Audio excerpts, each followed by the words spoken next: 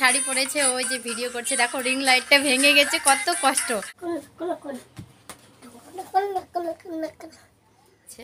আমি যদি এখন রিলস না দেই তাহলে কি কেমন করে ডলার জড়ো হবে। দেখ এদিকে। Hello friends, good morning, welcome back to my channel and welcome back to another blog and video. তো তোমরা সবাই কেমন আছো? আশা করছি সবাই ভালো আছো। তো অনেকদিন পর আমি ভিডিও শ্যুট করছি। আমার কাশি হয়ে গেছে, গলা বসে গেছে, ঠিক মতো কথা বলতে পারি না, তার জন্য অনেকদিন ব্লগ শ্যুট করা হয়নি। তো দেখো আজকে হচ্ছে রবিবার, সকালবেলা উঠে গেছি ঘুম থেকে 4টার দিকে। উঠে কারেন্ট নেই, এত গরম। ঘর থেকে বেরিয়ে যে রাস্তার দিকে চলে এসছে হাঁটতে হাঁটতে। এই যে তোমাদের দাদা ভাই সামনে যাচ্ছে, আর আমার ছেলে তো ঘুমিয়েই আছে। তো চলো আজকে কি করে না করে সমস্ত কিছু শেয়ার করবো। আই হোপ আজকের ভিডিও দেখতে তোমাদের সবার খুব ভালো লাগবে। তো চলো একটু হাঁটিয়ে একটু পা করে নেই, তারপরে আবার তোমাদের সঙ্গে কথা হবে পরে। টাটা।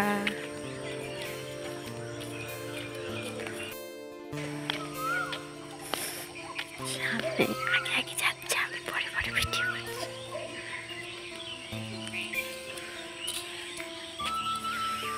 দেখ এদিকে।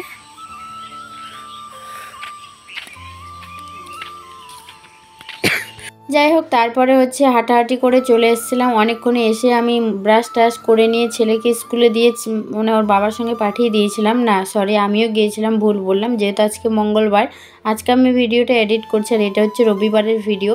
তারপরে মানে ছেলেকে আমি স্কুলে দিতে গেছিলাম, যেহেতু পরীক্ষা ছিল ছেলের। তো আমার বর বুঝতে পারবে না অন্য ঘরে যদি বসায়, তো আজকে তো অন্য ঘরে বসাবে না, আজকে শুধু হ্যান্ড রাইটিং ছিল আর হচ্ছে প্রিটি ছিল। তো যাই হোক, সকালবেলা তারপর ওর বাবা চলে গেছিলো স্কুলে নিতে, স্কুল থেকে নিয়ে এসেছিলো। আর আমি এইদিকে বাড়ি এসে জল টল নিয়েছিলাম, কলের জল টল নিয়ে ভাত উঠিয়ে দিয়েছিলাম সঙ্গে সঙ্গে। তোমাদের দাদাভাই চিকেন এনে দিয়েছিল, রান্না করছিলাম মাংস। তো রান্না টান্না করে একবারে দেখে আজকে অনেকগুলো কাপড় ধুয়েছি, অনেক মানে বলার মতো না। আর মোবাইলটা আমি পাইনি, আমার ছেলে হচ্ছিলো কার্টুন দেখছিল, যার জন্য আমাকে দেয়নি। আর আমার স্ট্যান্ডও নেই, ধরারও কেউ ছিল না, যার জন্য আমি কাপড় কাচা বা ধোয়া বা মেলে দেওয়া কিছুই দেখাতে পারিনি। যাই হোক সরি তার জন্য। তো একবারে দেখো, তারপরে যে শাড়িগুলো ধুয়ে দিয়েছিলাম, স্নান টান করে একবারে রেডি হয়ে গেছি। আমি অনেকগুলো কাপড় খেঁচেছি, অনেক বেড কভার বলো, বালিশের কভার বলো, তারপরে হচ্ছে ল্যাপের কভার, সমস্ত কিছু ধুয়ে দিয়ে লেপ টেপগুলো সমস্ত কিছু উঠিয়ে দিলাম, যেহেতু গরম পড়ে গেছে। তো তারপরে হচ্ছে শাড়িটা শুকিয়ে গেছিলো, শাড়িগুলো ধুয়ে দিয়েছিলাম। এই যে দিদিটার যে ইয়েতে পরেছিলাম, বিবাহবার্ষিকী পরেছিলাম, তো শাড়িটা ধুয়ে দিয়ে ভাবছি উঠিয়ে দেবো, যেহেতু মাংস খাওয়া পড়েছে। ওই শাড়িটা যদি উঠিয়ে রাখি, আবার কখন পুজো টুজো হলে পরে নিলে ফট করে মাংস খাওয়া শাড়ি পরে, তার জন্য আমি যেগুলো শাড়ি পরে খাওয়া দাওয়া করি সেগুলো শাড়ি আমি ধুয়েই দিই পরার পরে। তারপরে হচ্ছে দেখো ওর দিকে শাড়িটা উঠায় নিয়ে এসে ছেলেকে তো ঘুম ধরাতে চাইছিলাম, কিন্তু ছেলে ঘুমাচ্ছিল না। তারপরে হচ্ছে দেখো বালিশের কভারগুলো নিয়ে চলে এসেছি, বালিশের কভার টভার সমস্ত কিছু শুকিয়ে গেছিলো। আর এত রৌদ্র দিয়েছে আজকে বলার মতো না, তো ভাবছি এগুলো লাগাই। হ্যাঁ, তো যাই হোক, ব্লগের কথা শেষ হলো, এবার আসল কথায় আসি। এতদিন আমি কেন ভিডিও দেইনি। তো আমি ব্লগ অনেক দিন ধরে দেইনি, কেননা অনেক দিন ধরে শ্যুট করতে পারিনি। আমার গলার ভয়েসটা খুব খারাপ হয়ে গেছে, গলাটা খারাপ হয়ে গেছিলো, মানে কাশি প্রচণ্ড, তারপরে বসে গেছিলো। তারপরে হচ্ছে আমার দাদা খুবই অসুস্থ ছিল। যাই হোক, যার কারণে মন টন কিছুই ভালো ছিল না, যার জন্য আমি ভিডিও শ্যুট করিনি আর ভিডিও দেওয়া হয়নি। ভিডিও শ্যুট করলে তো না, আমার এমনিতেই গ্যালারি ফুল হয়ে গেছে, ভিডিও শ্যুট করলে পরে এডিট করে ছাড়তে হবে, আমি তো এডিটই করতে পারবো না, যেহেতু আমার এত গলাটা বসে গেছিলো আর এত কাশি না, কি বলবো, কথাই বলতে পারছিলাম না। এখনও তবুও ঠিকঠাক ভালো হয়নি। এই যে তোমরা ভয়েস শুনলেই বুঝতে পারবা আগের ভয়েস আর এখনকার ভয়েস অনেক তফাৎ। তো যাই হোক, এখনও মাঝে মধ্যে কাশি উঠছে আর গলার ওই জায়গাটা খুসখুস করছে। তো যাই হোক, কোনো ওষুধ নেইনি, এমনিতে ওইদিকে আমার দাদা অসুস্থ হয়ে হাসপাতালে ছিল 4 দিন মতো। আমার বর ওইদিকে মালদা যাওয়া আসা করছিল, এমনিতেই মানে অনেক টেনশন ছিল মাথার মধ্যে, হঠাৎ করে ওর শরীর খারাপ হয়ে যায়। তো যাই হোক, মানে কি বলবো, এতটাই আমাদের কপাল খারাপ। যাই হোক, আমার দাদাকে আমরা মানে মৃত্যুর মুখোমুখি চলে গেছিলো, সেই জায়গা থেকে বাঁচিয়ে নিয়ে ফিরিয়ে নিয়ে এসেছি। যাই হোক, আর বেশি কিছু বললাম না। তো কি বলবো, মানে সব সময় তো পরিস্থিতি ঠিক থাকে না। তো চলো, আজকে হচ্ছে রবিবার, ভাবছিলাম তোমাদের দাদাভাইয়ের সঙ্গে কয়টা রিলস করতে যাব অন্য জায়গায় সেজে গুজে, যেহেতু রিলস না করলে তো হবে না। তো তোমাদের দাদাভাই বল খেলা দেখতে চলে গেছে, ও তো আমাকে নিয়েই যাবে না, কি বলবো। তো আমি ভাবছি বালিশের কভারগুলো লাগাচ্ছিলাম আর ভাবছিলাম যে একটা দিদি আছে যে অ্যানিভার্সারিতে যে গেছিলাম, ওই দিদিটার বাড়িতে যাব। ওই দিদিটার হচ্ছে রিং লাইট আছে, দিদিটাও আবার ভিডিও করে। তো ভাবছিলাম ওদের বাড়িতে যাব, কয়টা ভিডিও করব। যেহেতু ক্যামেরার ধরার মতো লোক না থাকলে ভিডিও করে তো লাভ নেই, তাই না? এমনি সেলফি ভিডিওগুলো আমার ভালো ভিউ যায় না, মানে কেউ ধরে দেয় পুরো, মানে ফুল ভিডিও করলে ওই ভিডিওগুলো ইনস্টাগ্রামেও ভাইরাল হচ্ছে, আবার ফেসবুকেও একটু ভিউ যাচ্ছে। যেহেতু আমার ফেসবুকে মনিটাইজেশন হয়ে গেছে, ডলার জড়ো হচ্ছে, জানি না কবে টাকা পাবো, মানে $100 না হলে তো পাবো না না। তো এই ছিল আমার ভিডিও না দেওয়ার কারণ এতদিন, মানে কি বলবো, আমার দাদাকে আমরা মৃত্যুর কি আর বলবো, যাই হোক বেশি কিছু বললাম না। সোশ্যাল মিডিয়াতে তো সব কিছু করা যায় না না, কিন্তু এটা ঠিক যে খুবই শরীরটা খারাপ হয়ে গেছিলো, খুবই খারাপ, মানে মরতে মরতে বেঁচে ফিরেছে এরকম একটা অবস্থা, সিচুয়েশনের মধ্যে ছিলাম। তো আমি আমার বাবার বাড়ি এর মধ্যে 2-3 বার গিয়েছি, 2-3 বার বাড়িতে এসেছি, একটাও ভিডিও করিনি। ওই ফার্স্ট ভিডিও করেছিলাম এই দিদির অ্যানিভার্সারিতে, বাবার বাড়ি থেকে এসে সঙ্গে সঙ্গে দিদির অ্যানিভার্সারিতে গেছিলাম। তো ভাবছি এসছি যখন ভিডিও করে নেই, তো দিদির অ্যানিভার্সারিতে করেছিলাম, আর আজকে রবিবার, আজকে হচ্ছে ভিডিও করছি। তবুও জানি না কবে ভিডিও এডিট করব আর কবে দেব। তো যাই হোক, আজকে মঙ্গলবার, আজকে এডিট করতে বসলাম। মনটা খুবই খারাপ, ভিডিও মনে হয় আর করতেও মন করে না কিছু না। তো চলো ভিডিওটা কন্টিনিউ তোমরা দেখতে থাকো। তো ওই বালিশের কভারগুলো লাগিয়ে টাগিয়ে এই যে দিদিটার বাড়ি চলে আসছি, মানে কয়টা রিলস করব ভেবেছিলাম। তোমাদের দাদাভাই অন্য এক জায়গায় বলেছিলাম নিয়ে যাওয়ার জন্য, রিলস করার জন্য। তো আমাদের এখানে আবার বল খেলা হচ্ছে, ফুটবল। তো আজকে আবার ওখানে ফাইনাল ম্যাচ হবে, তো ও এখন বল খেলা ছেড়ে আমাকে নিয়ে যাবে না। তো মনটা খারাপ হয়ে গেল। তো ভাবছি দিদিটার বাড়ি আসছে, দিদিটাও তো রিলস করে, যে দিদিটার এই যে অ্যানিভার্সারি হলো, এই দিদিটার বাড়িতেই চলে এসেছি। দিদিটার বাড়িটা ভালো, আর এই যে ভালো ব্যাকগ্রাউন্ডও আছে উঠানে। তো এখানে ভাবছি কয়টা রিলস টিলস করে নিয়ে চলে যাব।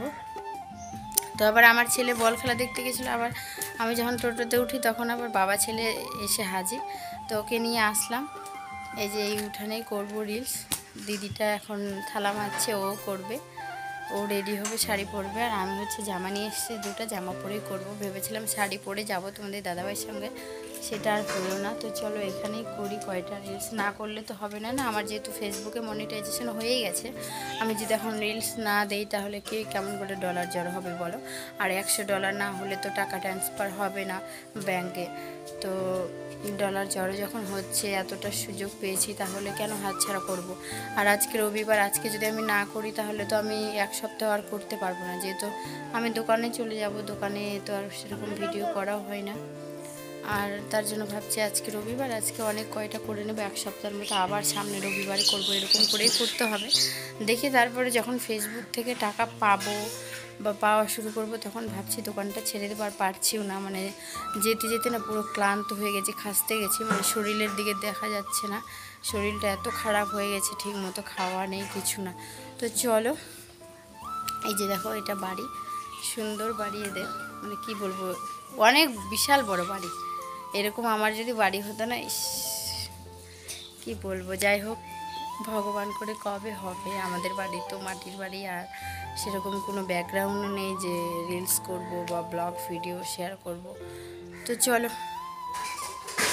আমি অন্য এখন ড্রেস পরবো। তো চলো ভিডিও করে নিই, তারপর আবার তোমাদের সঙ্গে দেখা হবে অন্য ড্রেস পরে। এই যে আমি ড্রেস চেঞ্জ করেছি, এই ড্রেসটা পরেছি, আর এই যে দিদি শাড়ি পরেছে, ওই যে ভিডিও করছে। দেখো রিং লাইটটা ভেঙে গেছে, কত কষ্ট। আজকে আমি আসলাম ভিডিও করতে, কিন্তু রিং লাইটটা গেছে ভেঙে, হচ্ছে না, তবু কষ্ট করে করছি। আর দিদি আমাকে একটু ধরে দিচ্ছে, আমি ওকে ধরে দিচ্ছি, আর যে রিং লাইটে একটু করে করছি। যাই হোক, অনেক কয়টা করলাম, আর একটা ড্রেস নিয়ে আসছি, ওই ড্রেসটা এখন চেঞ্জ করব। এই ড্রেসে হচ্ছে 4টে মতো ভিডিও করলাম। তো চলো আবার বাড়ি যেতে হবে। তো ওই ড্রেসটা পরে কয়টা করি, তো চলো দেখতে থাকো। দেখো ওই যে দিদি এখানে নাচ প্র্যাকটিস করছে, মানে আমরা নাচতে জানি না, কি বলবো, নাচতে না জানলে হয়। যদি নাচতে জানতাম না, বাপরে ভিডিও করে ফাটাই দিতাম, কিন্তু নাচতে পারি না, কি করব, লোকের দেখে দেখে একটু করে শিখছি, ওরকমই করছি। তো বাড়িতে চলে এসেছি, এসে এখন হচ্ছে ঘরে বসে আছি, ফ্যানের হাওয়া খাচ্ছি। বাপরে গরম পড়ছে। আর কি আমার একটা বিপদ হচ্ছিল, আস্তে আস্তে জানো হেঁটে হেঁটে আসতে হয়েছে, যেহেতু একটা টোটো পাচ্ছিলাম না, তার মধ্যে আমার মোবাইলে চার্জ ছিল না, ভিডিও করতে করতে চার্জ খতম। আসার সময় আর ভিডিও করতে পারিনি, তোমাদের দাদাভাইকে ফোনও করতে পারিনি। মা ছেলে হেঁটে হেঁটে আসলাম, মানে এখানে একটু কাছেই হবে, হাই রোড ধরে হেঁটে হেঁটে চলে এসেছি দিদিদের বাড়ি থেকে। যেহেতু আমাদের বাড়ি থেকে একটু ওই 1 কিলোমিটারও হবে না মনে হয়, যাই হোক আমি অত হিসাব জানি না। তো তারপরে আবার অর্ধেক রাস্তায় আবার তোমাদের দাদাভাই যাচ্ছে, তখন আবার দেখা হলো, আবার নিয়ে আসে রেখে দিল মা ছেলেকে। এখন ছেলেকে পড়াতে বসাবো, ওর কালকে পরীক্ষা আছে। কি পরীক্ষা বাবা? অঙ্ক পরীক্ষা আছে। তো চলো ওকে পড়াই, আর আমি একটু ফ্যানের হাওয়া খেয়ে নিই, তারপর ড্রেসটা চেঞ্জ করবো। মানে খুবই গরম লাগছে, গরম ধরে গেছে আস্তে আস্তে, যেহেতু হেঁটে আসলাম না। আর আজকে না প্রচণ্ড গরমও দিচ্ছে, যেহেতু চৈত্র মাস পড়ে গেছে। তো চলো ওকে পড়াই, পরে দেখা হচ্ছে। টাটা টাটা করো, টাটা। কালকে ফের দেখা হবে, আজকেই দেখা হবে।